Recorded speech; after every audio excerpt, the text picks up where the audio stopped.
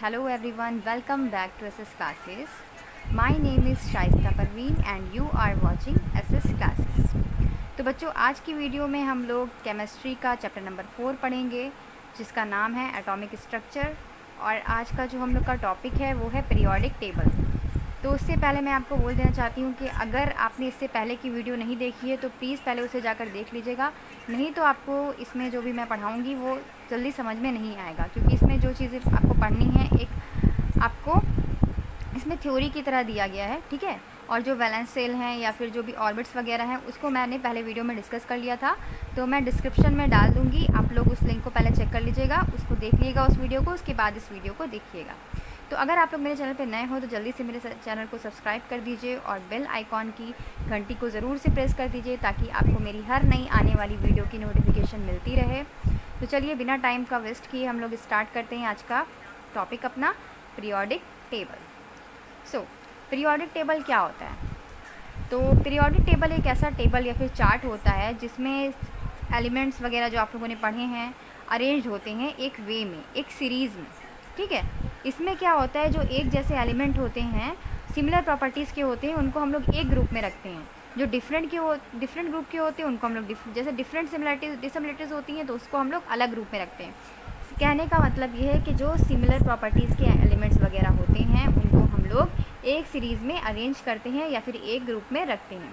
तो वो कैसे रखते हैं ये हम लोग आगे देखेंगे। तो चलिए एक बार पढ़ लेते हैं इसका definition. It is the table or chart in which all the known elements are arrange. जितने भी एलिमेंट्स साइंटिस्ट के द्वारा नोन किए गए हैं वो सारे इसमें अरेंज होते हैं एक वे में। That the elements with similar properties are group together in same vertical column and dissimilar elements जो होते हैं वो सेपरेटेड होते हैं फ्रॉम ईच अदर, ठीक है। जो जिसके अंदर डिसिमिलरिटीज़ होती हैं, मतलब जो सेम नहीं होते हैं, सिमिलर नहीं होते हैं, उनको सिंपल सी बात है अलग ग्रुप में सेपरेट किया गया है। आप देखते हैं कि ये जो पीरियोडिक टेबल है उसका इम्पोर्टेंस क्या है, अभी हम लोग पीरियोडिक टेबल को भी देखेंगे। तो पहले ज़रा इन सारी चीज़ों को डिस्कस कर लेते हैं। तो पीरियोडिक टेबल का इम्पोर्टेंस क्या होता है? तो देखिए, ये हेल्प करता है सिस्टमेटिक स्टडी ऑफ एलिमेंट्स। जितने भी एलिमेंट्स हैं उनको एक सिस्टमेटिक वे में, एक सिस्टमाइज वे में ये याद करने के लिए या फिर पढ़ने के लिए क्या होता है, बहुत ही ज़्यादा हेल्पफुल होता है, ठीक है। तो क्योंकि इसमें यहाँ पर जो होते हैं एटॉमिक नंबर से सारे अरेंज होते हैं, पहले हाइड्रोजन फिर हीलियम फिर ऐसे ऐसे करके लाइन से अरेंज होते हैं, जिससे हमें याद करने में क्या होती है, आसानी होती है। जो एक जैसे होते हैं एलिमेंट्स उनको याद करने में आसानी होती है, ठीक है। सेकेंड पॉइंट इसमें दिया है, it makes the study of element simple and easy, ठीक है। ये क्या करता है कि जो एक जैसे एलिमेंट है तो जाहिर सी बात है उनके अंदर जो सिमिलैरिटीज़ हैं वो क्या होंगी, उसकी वजह से हम लोग दूसरे एलिमेंट्स को भी अच्छे से लर्न कर लेंगे। थर्ड पॉइंट है, it help to correlate the properties of different element. और ये क्या करता है, कोरिलेट करता है प्रॉपर्टीज़ को डिफरेंट एनिमल से, डिफरेंट एलिमेंट से। सो मॉडर्न पीरियोडिक टेबल जो है वो कंसिस्ट है 18 वर्टिकल ग्रुप्स में एंड 7 हॉरिजॉन्टल रोज में, जिसे हम लोग बोलते हैं पीरियड्स, ठीक है। तो ये ग्रुप नंबर जो होते हैं पीरियोडिक टेबल के उसको हम लोग लिख सकते हैं इलेक्ट्रॉनिक कन्फिग्रेशन पे लिखते हैं, जिसे कैलकुलेट करते हैं वैलेंस इलेक्ट्रॉन का, कितनी वैलेंसी है किसी इलेक्ट्रॉन की, ठीक है। So let's step by step understand how right the electronic configuration. अब हम लोग स्टेप बाय स्टेप देखते हैं कि कैसे हम लोग इलेक्ट्रॉनिक कन्फिग्रेशन को लिखते हैं। शेल के बारे में मैंने आपको पहले ही बताया था, ऑर्बिट्स क्या होते हैं ये बताया था।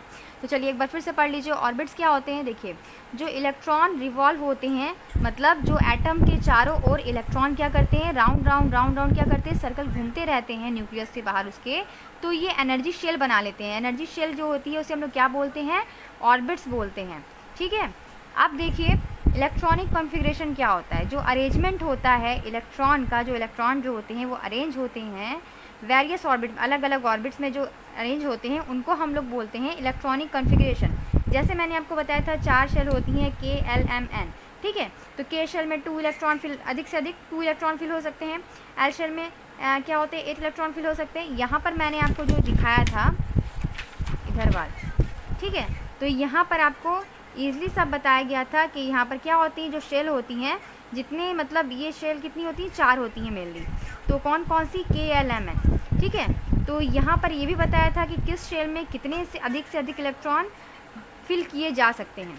तो चलिए अब यहाँ पर देखिए, हम लोग को देखना है वैलेंस शेल। वैलेंस शेल क्या होती है? ये लास्ट शेल होती है जिसको हम लोग वैलेंस शेल बोलते हैं। तो लास्ट शेल को हम लोग क्या बोलते हैं? Valence shell. तो लास्ट शेल जो है, तो यहाँ पर तो n दिखाई दे रही है, केवल 4 शेल है तो n है।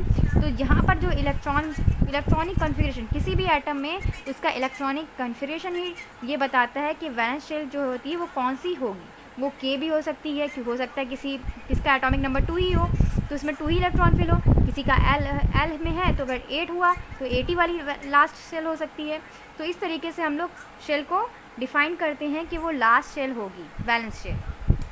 सो अब देखिए वैलेंस इलेक्ट्रॉन क्या होते हैं। तो इलेक्ट्रॉन जो प्रेजेंट होते हैं वैलेंस शेल में, उनको हम लोग बोलते हैं valence electron. To understand the electronic structure of first 20 elements in periodic tables, let's remember a magic number details to be done higher classes. तो आपको 20 एलिमेंट्स जो होते हैं पीरियोडिक टेबल में वो अच्छे से लर्न कर लेने हैं अभी आप लोग के क्लास के तौर पे। अभी आप लोग को जो 20 एलिमेंट्स शुरुआत के हैं उनके स्ट्रक्चर, उनका पीरियोडिक टेबल में लर्न कर लें। चलिए देखते हैं कैसा होता है पीरियोडिक टेबल। ये तो आपको पता है KLMN, ये शेल का दिया गया है। ये देखिए, ये है हम लोग का periodic table, the periodic table of elements. ये जितने भी एलिमेंट्स हैं उनका पीरियोडिक टेबल है, ठीक है। तो यहाँ पर देखिए आपको दिखाई दे रहा होगा, आई होप, ठीक है। यहाँ पर सीरियल वाई क्या है? अरेंजमेंट है, ठीक है। सीरियल वाई अरेंजमेंट है यहाँ पर एलिमेंट्स का। ये वाला जो देखिए, ये वाला जो है ये 7 रोज़ हैं, ये क्या है? पीरियड्स हैं। और ये वाला जो हम लोग का है वो क्या है? रोज़ है।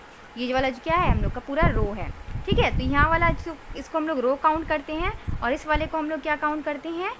पीरियड्स काउंट करते हैं। तो यहाँ पर एक लाइन से देखिए अरेंजमेंट है, हाइड्रोजन, ठीक है। फिर यहाँ पर देखिए लिथियम, सोडियम, पोटेशियम। अब आप लोग देख रहे होंगे हाइड्रोजन का एटम नंबर क्या है? 1 है, लिथियम का 3 है, उसके सामने उसको रख दिया गया। तो ये क्यों रखा गया है, कैसे रखा गया है, ये सब आप लोग को अभी पता चलेगा, ठीक है। आप लोग के बुक में ये होगा तो इसे अच्छे से देखिएगा, मैं इसका एक अलग से वीडियो बनाकर डालूँगी।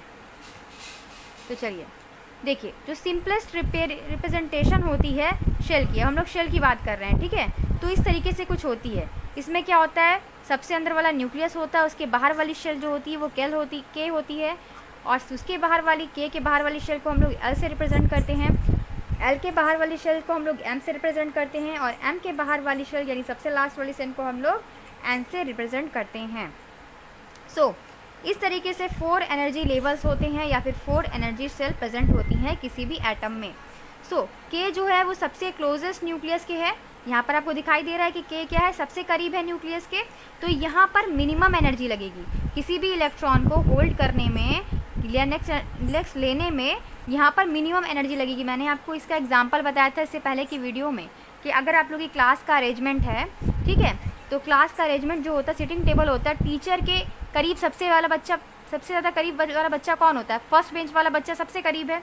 तो वहाँ पर टीचर को अगर अपनी बात कहनी है तो कम एनर्जी लगेगी, है ना। वैसे ही यहाँ पर मान लीजिए ये टीचर है न्यूक्लियस, और ये सारी शेल जो है वो क्या है? अरेंजमेंट है आपके सीट का, ठीक है। तो यहाँ पर K वाला फर्स्ट बेंच वाला बच्चा है, तो न्यूक्लियस को इससे मतलब टॉक करने में क्या होगा? सबसे ज़्यादा आसानी होगी, एनर्जी कम लगेगी, है ना। और अगर एंड शेल की बात करें तो यहाँ एनर्जी ज़्यादा लगेगी क्योंकि यहाँ पर ज़्यादा दूर है ये।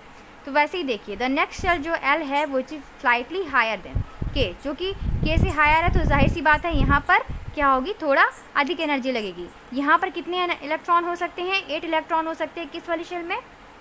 L वाली शेल में। अब देखिए नेक्स्ट शेल जो होती है वो M शेल है, which has more energy than, जिसमें मोर एनर्जी होती है L से, और ये कंटेन करती है या अकोमोडेट कर सकती है 8 इलेक्ट्रॉन को, ठीक है। सो ये ऑल्सो 8 इलेक्ट्रॉन कंटेन कर सकती है। फिर ये हमारी लास्ट शेल जो बची N शेल, वो उसमें मैक्सिमम एनर्जी कंपाउंड होती है शेल की, एंड ये अकोमोडेटेड होती है 2 इलेक्ट्रॉन वाली, इसमें से 2 इलेक्ट्रॉन अकोमोडेट हो सकते हैं। सो यहाँ पर क्या दिया है नोट्स में? क्या दिया है देखिए आपको, unless the lower energy shell are completely filled, electron can not move on higher energy level. जो अनलेस लोअर एनर्जी वाले शेल होते हैं वो कम्प्लीटली फिल्ड होते हैं, पूरी तरीके से भरे होते हैं, तो इलेक्ट्रॉन्स जो होते हैं उसमें से मूव नहीं कर पाते हैं हायर एनर्जी लेवल में। एग्जाम्पल, अगर हम लोग K शेल की बात करें तो K shell is not completely filled. K shell जो है वो कम्प्लीटली फिल्ड नहीं होती है। Electron can not move to L shell. अगर K शेल पूरी फिल्ड नहीं होगी तो वो इलेक्ट्रॉन L शेल में नहीं जाएगा। अगर K वाली शेल पूरी फिल हो जाएगी, जैसे बताया गया है कि K शेल में 2 इलेक्ट्रॉन फिल हो गए, तो फिल हो गए तो वो L वाले में जाएंगे। ठीक है। अगर जो बचे हुए इलेक्ट्रॉन है फिर वो एल में जाएंगे, अगर वो भी भर गई, एल वाली शेल भी भर गई, तो जो बचे हुए इलेक्ट्रॉन है वो एम में जाएंगे, और फिर वो भी भर गई तो लास्ट में वो एन में जाएंगे, और जब ज़रूरत ही नहीं पड़ेगी तो वो फिर शुरुआत कहाँ से होगी, एल के पे ख़त्म होगी और के से ही शुरू होगी। ठीक है, तो यहाँ पर था ये अरेंजमेंट। अब हम बात करते हैं electronic structure of the element. Electronic structure क्या होता है एलिमेंट का, तो फिगर जो है आपको इसमें शो कर रहा है 1 से लेके देखिए फर्स्ट 20 एलिमेंट्स यहाँ पर पीरियोडिक टेबल के ऑर्डर में दिए गए हैं।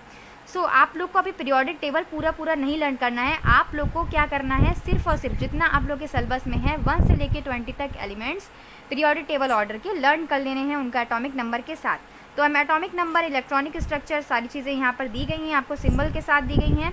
तो जब फर्स्ट शेल जो होती है वो पूरी तरीके से फिल हो जाती है, at helium electron move to second shell.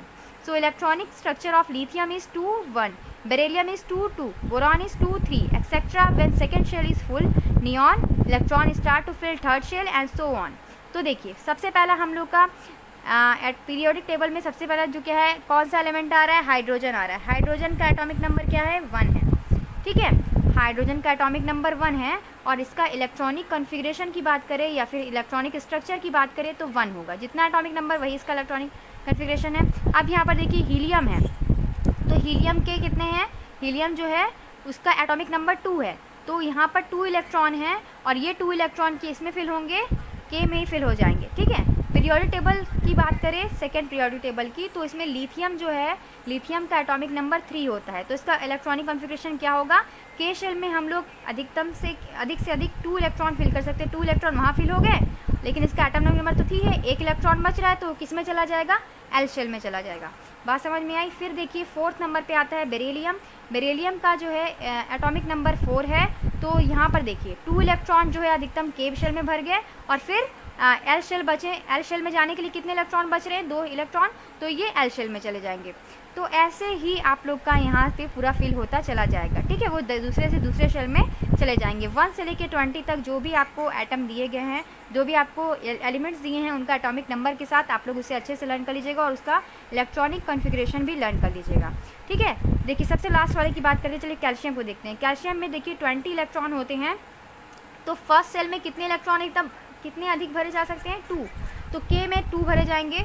फिर देखिए एल शेल में की बात करें तो एल शेल में अधिक से अधिक 8 इलेक्ट्रॉन फिल होते हैं, तो 8 फिल हो गए इसमें।